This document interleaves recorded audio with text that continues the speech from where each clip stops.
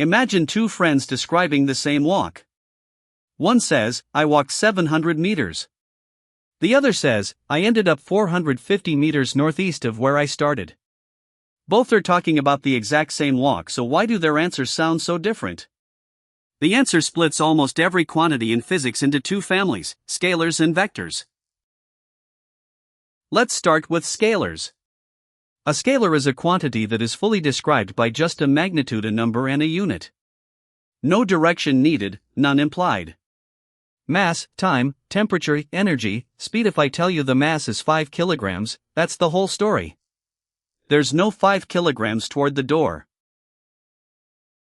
Vectors are different. A vector needs both a magnitude and a direction to make sense.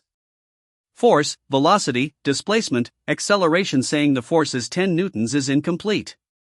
10 newtons which way? Up? Sideways? Direction isn't optional here, it's part of the definition.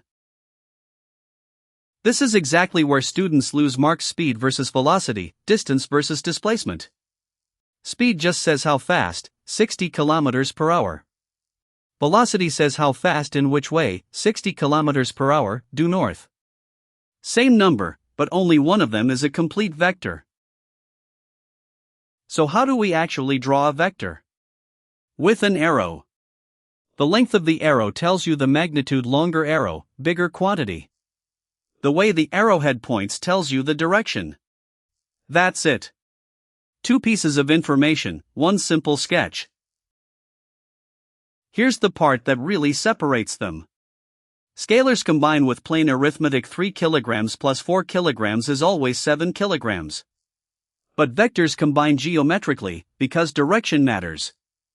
Walk 3 meters east, then 4 meters north. Your total distance walked is 7 meters. But your displacement, the straight line from start to finish, is only 5 meters, thanks to Pythagoras. Here's a quick trick to test yourself. Ask, does direction change the meaning of this quantity? The car has a speed of 80 kilometers per hour, makes perfect sense with no direction. That's a scalar. The car has a velocity of 80 kilometers per hour, direction is implied and required. That's a vector. So remember, scalars are magnitude only: mass, time, energy, speed, and they add like ordinary numbers. Vectors are magnitude plus direction: force, velocity, displacement, and they add geometrically, arrow to arrow. Get this distinction solid, and half of mechanics starts falling into place.